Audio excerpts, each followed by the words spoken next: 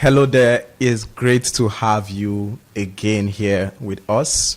We cherish every moment you spend with us here trying to listen as well as contribute to the conversations we're having. We're seeing your engagement, we're seeing your comments, and we're really gaining a whole lot from the insights that you're sharing out there. We just wanted to take the time to say that we see them and we appreciate them. Today, we're going to look at water, right? Water is really an interesting topic, right? Or water is very vital. There's eventually nothing on earth, right, that we can do without water. So water is very important, and as much as it's important and as much as it feels like a life-giving tool, right? It helps to, water is life, actually.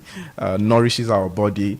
It can also be a tool for disaster, right? A problem. And that's the aspect we want to look at it from. The fact that water being amazing and nourishing our body, but then we're looking at adverse effects such as flooding, right? How do we begin to see the interconnected issues between water waste, increasingly frequent devastating floods, plaguing Nigeria, right? We'll explore how our daily actions, the infrastructure that we're trying to build, our policies, and all of this, how all of these are intertwined and how they are really like a critical problem that we should address. And I think we should start from the very basic terms, right? Looking at, would I start from, say, the water cycle, right? Looking at it, especially from, say, I would say the Nigerian context, because I want to break it down to understanding it, to really down to earth, based on what we see around us and what we can relate with as well. So what's the water cycle like in Nigeria? Water cycle, we were taught in school what water cycle is, but probably some of us may not understand how it functions and how it relates to the environment. So in the video that will be played, we would see how the same amount of water is poured in two different specimens and the reactions or the effects are different. Let me explain. In water cycle, there is rainfall, there is precipitation, which is rainfall, there is runoff, there is infiltration, there is evaporation. Evaporation, right? What are all of these processes? So this process is, let's start with rain. Rain is precipitation when water comes down from the cloud. After rain falls, what happens? It falls to earth, it falls to plant, animal surfaces. And after that, there is a next process. That process is runoff and infiltration. Runoff is water flowing, basically. And infiltration is, let me paint this scenario. When you pour water on towel and you pour water on bare ground, one would absorb it and the other one, that water will just be there, or it will flow, right? And it will flow to a place, maybe the surface is steep or is not, depending on the angle to which the surface is. It will either flow if it's steep, or it will just be on the surface if it's at 90 degrees, right? So once the water flows, it will join another water body eventually. And once it joins another body, the process starts again. So sun shines, water evaporates, it joins the cloud upstairs, it condenses to join the cloud. Once the cloud is full, it falls back, and that process. But in between that process, there are very important processes that can either cause a disaster or avoid a disaster. That is where infiltration comes in. There are different forms and levels of infiltration. We have infiltration into the soil, and then plants absorb. We have infiltration into the soil, and then the soil itself absorb. And then we have infiltration that goes to join the water table below. The water table that I'm saying now is that water that when you drill borehole in your house, you get the water from. The water that when you dig well, you get water. Is the rain that falls, right? It will enter the ground. As it's entering the ground, it will clean itself and it will go and store again inside the ground. Yeah. This process. Are they what we call aquifers? Yes, they are aquifers. Okay. Underground water, they are aquifers, and there are several types of aquifers, right? And then they percolate underground, right? They percolate underground, and then it joins another water table. It is sometimes this water table, when they've overflown their boundaries, they seep into the oceans, they form springs, they form rivers, and then you just see water bubbling up. There are several water table levels depending on the geographic locations that you are in, right? So what happens when human being interacts with the rainfall, we interact with the environment, we alter some of these processes. In the video, we see that the water from the point with fresh flowers, with building, it was slowed down as against the surface where it was bare, it was just soil, right? The actions and the reactions are different. In one, there is increased surface runoff, there is flash flooding, there is erosion, and there is damage of soil, there's damage of properties. There is a lot of damage in that other one, like you can't even control it. But in this other scenario where we have trees, we have plants, we have houses, we have open soil that has vegetation on top, it slows down the whole rainfall process. Yeah, it helps the environment to enjoy the rainfall. It helps it to absorb the rainfall. It embraces, it receives the water and then gradually allows it flow through, thereby purifying the water, allowing for a more enjoyable experience with water as against what we have in places where the surface is covered, the surface is bare, there is no plant, there is no surface cover, there is no vegetation to slow down the impact of intense rainfall, right? So at point A and point B, when rain falls in those different scenarios, the impacts are different because they are completely different environments, and how our actions affect is the other scenario where we're seeing is human actions that make the land bare. It's not a desert. I mean, even in deserts, rain doesn't fall as much, right? It's not a desert. It's human actions. We've wanted to farm, we cleared the ground, we plant. After you've harvested, you just leave it and you go. So when rain falls, it will just clear everything in its path because there's nothing stopping it. When we have plants, when we have trees, when we even have animals, all those microbes, they also absorb the water, right? So just like tiny droplets make an ocean, tiny droplets reduce the volume of an ocean in this case, because imagine millions of microorganisms and organisms that absorb water. It would ultimately reduce the volume of water that becomes runoff, that joins the ocean, that joins the river, and then flows into the large water bodies. So when we act like, oh, I want to build, and you clear everything, it's not just the land you are clearing, no. You are clearing animals, you are clearing microorganisms, you are clearing vegetation, you are clearing trees, you are altering an entire process, right? And then when you do that, you are causing a problem. And that's where the problem is. You know, a lot of times we forget that when we want to do something, there is a system already established. And when you implement your desire, you've altered the process in the environment. So when you are altering something, you must make plans for what you are altering. That is where the problem is for water use. We want to build, we want to plant, but we're not making contingency plans for the implications of our actions. That's why it's a problem. That's why it's a topic for discussion. It's very important. I see. Really amazing insight here.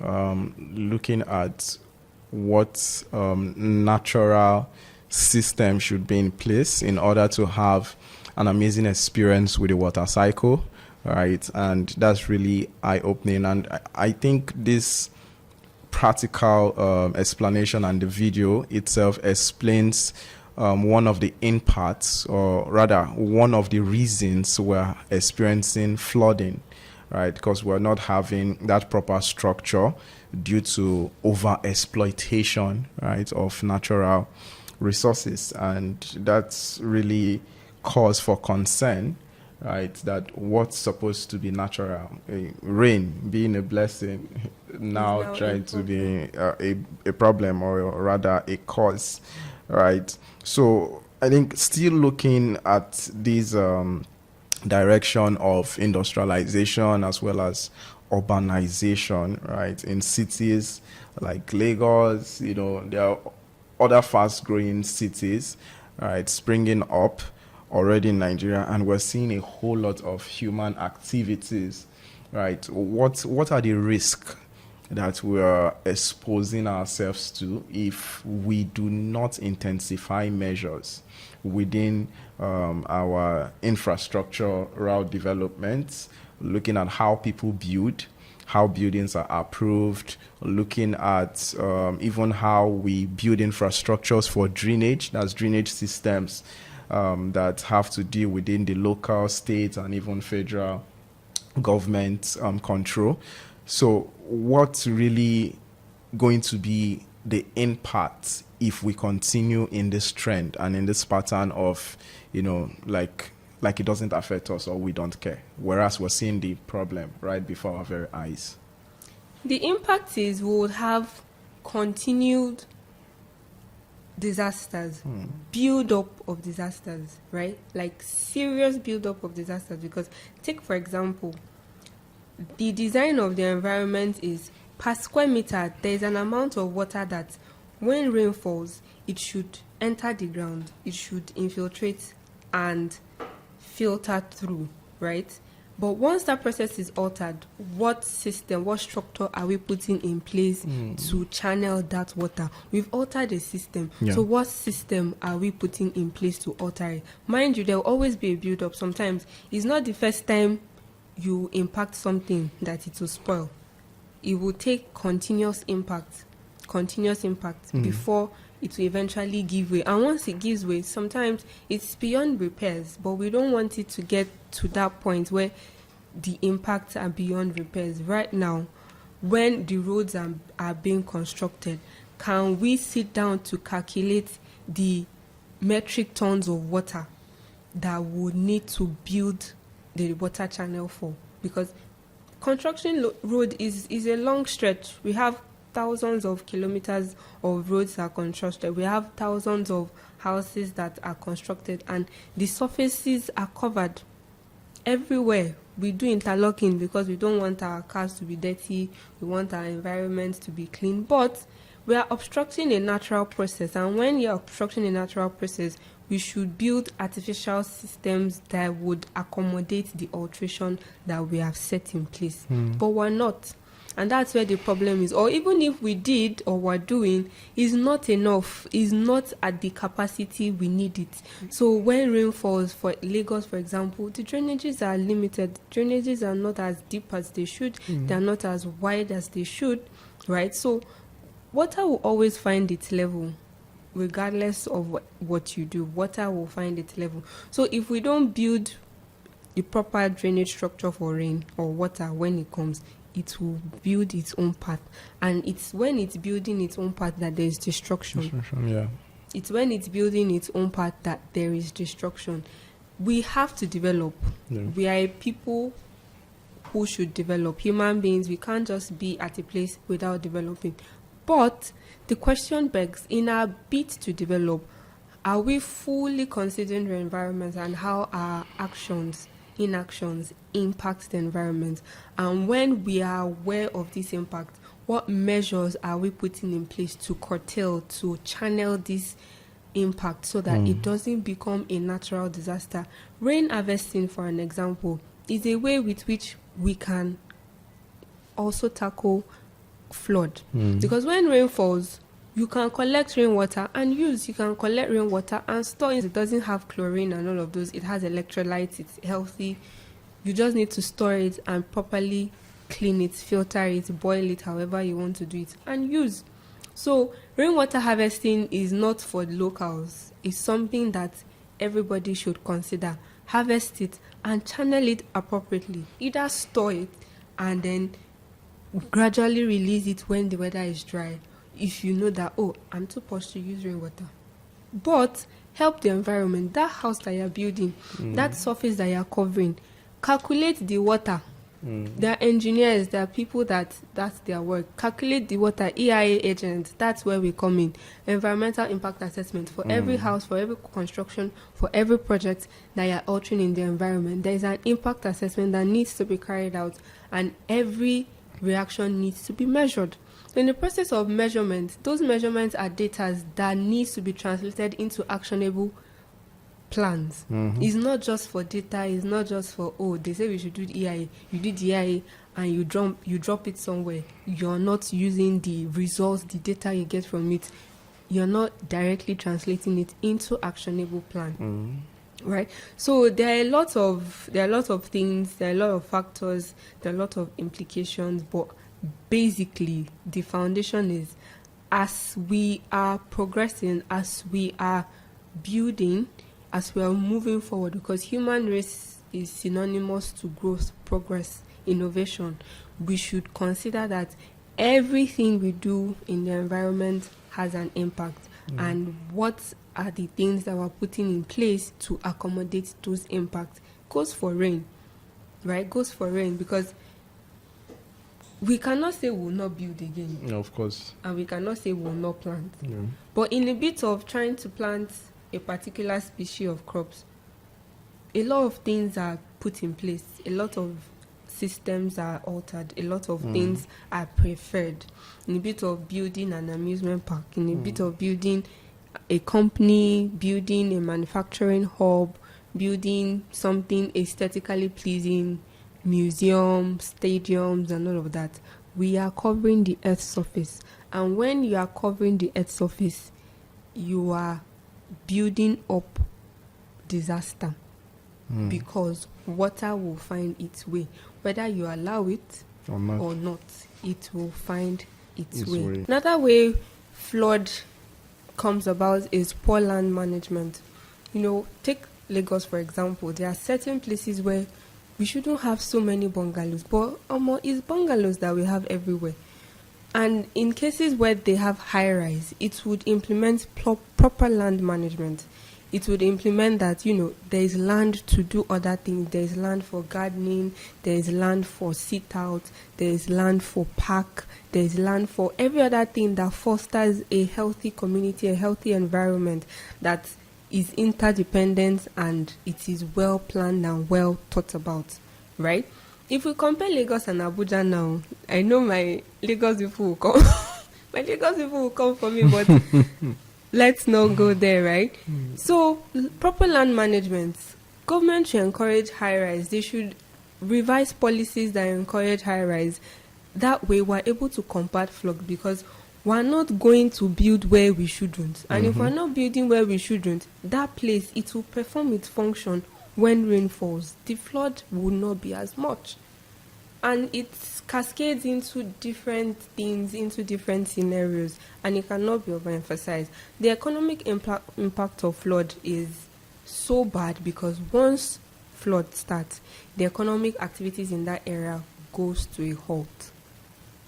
It puts the people in danger, especially kids. They are more vulnerable because their immunity is still developing, and if they eat anything or drink anything that is not healthy or clean, it will affect them. They may fall sick, and that's why we have cholera outbreak when there is flood. There is increased data that shows that there is increased chances when there is flood for cholera, diarrhea, all of those things to occur, because the water coming is coming with dirt, and it's going to contaminate the clean water that is already in that environment. And if there is no proper structure in place, the flood will prolong, because there is no means for the water to flow. There is no means for the water to evaporate. There is no means for the water to infiltrate into the ground and then become clean and come out again. That's why even in some places there is heightened contaminated water, because the process with which water uses to renew itself has been altered. Therefore, there is increased contaminated water in the area because there is no inflow, there is no infiltration, and when there's no infiltration, the water that keeps joining the existing water body is contaminated water, right? But as against when the water enters the soil, it purifies, it becomes clean, and it gradually seeps out. That way, it dilutes the already contaminated water and increases the flow of clean water. But in that case where the surface is covered, then a lot of other process is altered and there is increased chance of contamination. And when systems are not in place, the economic activities will not bounce back, because you see where it will take a longer process for the flood period, that period, that season, those days, those nights, it will take a longer space, because something you didn't plan for, it will definitely take you a while to recover the activity, the structures, the things you already have in place. Even the infrastructure, the health, the education, everything is gone because the flood will wash everything away and you have to start building again. That's the implication, right? So this is like a wake-up call. Let's have proper drainages. Let's have proper thoughts for every alteration on the earth that we're doing to avoid some things. Not completely like I earlier mentioned, but at least reduce it to the barest minimum in such a way that when it occurs, the environment, the people, they can easily recover from such activities and go about their basic lives. It's not a problem. It doesn't constitute a nuisance and then becomes a major challenge, right? So that's yeah. Thank you. Thank you so much. It's really very eye-opening, right? Talking about structural issues and structural challenges we're facing, more of high-rise than just bungalows. That's maximizing land, effective land use. I think I saw a project, a futuristic project called The Line. It's something they're looking forward to execute somewhere around the Middle East. And they are considering how to maximize land and making it a vertical, structure. It's still hypothetical anyway, but it just brings it to perspective that effective land use should be prioritized even for developing countries. It's really been a whole lot of information that you're releasing right here, and because of the level of attention, I really want people to get it right. We are going to try to split this session into two, so we're going to be having the first part now and have you continue in the second part and just share more light. I see you have a lot to unpack right on this conversation about water. I think I'm going to share this video with one of my lecturers who researches on water. So any conversation about water excites her. So maybe I'll also share it with her and hear her thoughts around this conversation. And even maybe one of these days we can have her talk about this topic too, right? And also we would have to split this and see you in the next podcast as we continue talking about water. Stay tuned.